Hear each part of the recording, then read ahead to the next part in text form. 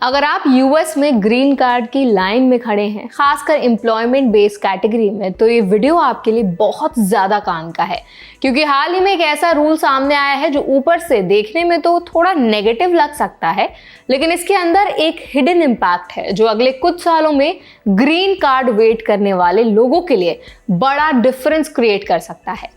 तो आज इस वीडियो में हम समझेंगे कि इमिग्रेंट वीजा पर 75 देशों की पॉज पॉलिसी आखिर क्या है, रूल्स क्या कहते हैं, एम्प्लॉयमेंट बेस्ड और family based green card system कैसे जुड़ा हुआ है और इंडियंस इन द यूएस को इससे प्रैक्टिकली क्या समझना चाहिए और किन बातों में ज्यादा केयरफुल रहना है। तो चलिए फिर जल्दी से वीडियो को स्टार्ट करते हैं। हाय, मेरा नाम है वर्षा दुबे और आप मुझे देख रहे हैं एनबीटी टेक एड पर। सबसे पहले कोर इशू को समझ लेते हैं। 21 जनवरी से यूएस एडमिनिस्ट्रेशन ने 75 कंट्रीज के लिए इमिग्रेंट वीजा प्रोसेसिंग को पॉज कर दिया है। इमिग्रेंट वीजा का मतलब होता है परमानेंट रेजिडेंसी के लिए दिया जाने वाला वीजा, यानी ग्रीन कार्ड रूट। ये पॉज नॉन इमिग्रेंट वीजा पर लागू नहीं है। इसका सीधा मतलब ये है कि H1B, student visa, visitor visa या टेम्पररी वीजा पर इसका कोई भी असर नहीं पड़ेगा। ये रूल सिर्फ उन लोगों पर लागू होता है जो परमानेंटली यूएस में सेटल होना चाहते हैं। अब सवाल यह है कि इमिग्रेंट वीजा पॉज का ग्रीन कार्ड कोटा से क्या कनेक्शन है। यूएस ग्रीन कार्ड सिस्टम दो बड़े हिस्सों में बटा होता है, फैमिली बेस्ड ग्रीन कार्ड्स और एम्प्लॉयमेंट बेस्ड ग्रीन कार्ड्स। हर साल फैमिली बेस्ड कैटेगरी के लिए एक फिक्स्ड नंबर होता है।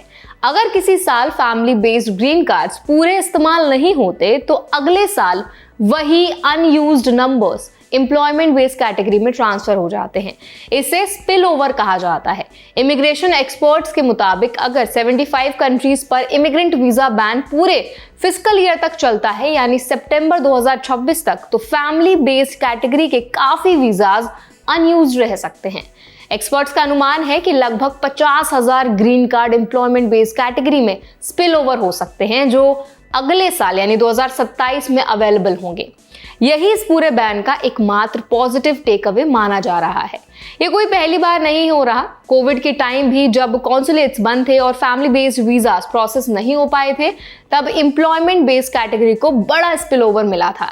उस समय प्रायोरिटी डेट्स अचानक 4 से 5 साल तक आगे बढ़ गई थी। इसी हिस्टोरिकल डेटा को देखकर एक्सपर्ट्स ये पॉसिबिलिटी बता रहे हैं कि अगर करंट पॉज कंटिन्यू रहता है तो एम्प्लॉयमेंट बेस्ड एप्लीकेंट्स को फायदा मिल सकता है। इमिग्रेशन अटॉर्नी एमिली न्यूमैन ने 75 देशों का डेटा एनालाइज किया और ये देखा कि नॉर्मली इन देशों को फैमिली बेस्ड कैटेगरी में कितने ग्रीन कार्ड्स मिलते। उनके एनालिसिस के अनुसार अगर बैन अनाउंस नहीं होता तो करंट फिस्कल ईयर में इन देशों को करीब 67,000 इमिग्रेंट वीजाज मिलते। लेकिन क्योंकि बैन फिस्कल ईयर के पहले क्वार्टर के बाद लागू हुआ, इसीलिए अनुमान है कि करीब 50,000 वीजाज अनयूज्ड रह जाएंगे और नेक्स्ट साइकिल में स्पिल ओवर हो सकते हैं। 2024 के डेटा के हिसाब से फैमिली बेस्ड कोटा में पाकिस्तान सबसे ऊपर था, जहां करीब 15,000 ग्रीन कार्ड्स आते। इसके बाद बांग्लादेश का नंबर आता है, जहां लगभग 8,000 फैमिली बेस्ड ग्रीन कार्ड्स थे। ये दोनों देश बैन लिस्ट में शामिल हैं। इसका मतलब ये है कि फैमिली बेस्ड पाइपलाइन में बड़ा गैप क्रिएट हो सकता है। अब इंडियंस के पर्सपेक्टिव से इस पूरे सिचुएशन को समझना बहुत जरूरी है। सबसे पहले समझना जरूरी है कि भारत इस 75 country immigrant visa ban list में शामिल नहीं है, तो एक अच्छी खबर है। इसका मतलब इंडियन नेशनल्स के लिए इमिग्रेंट वीजा प्रोसेसिंग ऑफिशियली बंद नहीं हुई है, लेकिन इसका indirect effect employment based green card backlog पर पड़ सकता है। Employment based green card categories, खासकर EB2 और EB3 में इंडियंस सबसे ज्यादा बैकलॉग फेस करते हैं। अगर 2027 में extra 50,000 green cards employment based category में आते हैं तो इसका फायदा प्रायोरिटी डेट्स मूवमेंट के रूप में दिख सकता है। ये ओवरनाइट मिरेकल नहीं होगा, लेकिन वेट टाइम में मीनिंगफुल रिडक्शन पॉसिबल है। यहाँ एक बहुत इंपॉर्टेंट क्वेश्चन भी है। ये पूरा सिनेरियो तभी पॉसिबल है जब बैन पूरे फिस्कल ईयर तक कंटिन्यू रहे और family based visas large scale पर अनयूज्ड रहे।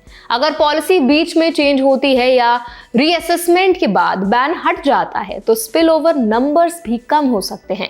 इसीलिए इसे गारंटीड बेनिफिट की तरह नहीं देखना चाहिए, बल्कि पॉलिसी बेस्ड पॉसिबिलिटी की तरह समझना चाहिए। इंडियंस इन द यूएस के लिए प्रैक्टिकल लर्निंग ये है कि ग्रीन कार्ड प्लानिंग में सिर्फ करंट वीजा बुलेटिन देखकर डिसीजन नहीं लेने चाहिए। Policy shifts, spill over rules और हिस्टोरिकल पैटर्न्स को समझना भी जरूरी है। जिन लोगों की प्रायोरिटी डेट ऑलरेडी क्लोज है, उनके लिए डॉक्यूमेंट रेडीनेस, मेडिकल रिकॉर्ड्स और लीगल कंप्लायंस बेहद इंपॉर्टेंट हो जाती है, क्योंकि सडन मूवमेंट के समय डिलेज कॉस्टली भी हो सकते हैं।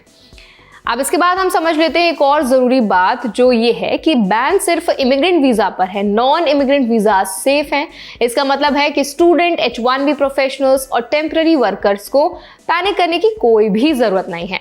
लेकिन लॉन्ग टर्म सेटलमेंट प्लान वालों को पॉलिसी डेवलपमेंट्स पर नज़र रखना बहुत ज़रूरी है इस टाइम पर। तो आई होप ये वीडियो आपके लिए हेल्पफुल रहा होगा। अब इस पूरे अपडेट पर, इस पूरे वीडियो पर आप क्या राय रखते हैं, आप इसको किस नज़र से देखते हैं, हमें ज़रूर बताएं कमेंट सेक्शन में। ऐसे और भी अपडेट्स के लिए, वीडियोस के लिए, इन्फॉर्मेशन के लिए हमारे चैनल NBT Tech Ed को भी ज़रूर सब्सक्राइब करें।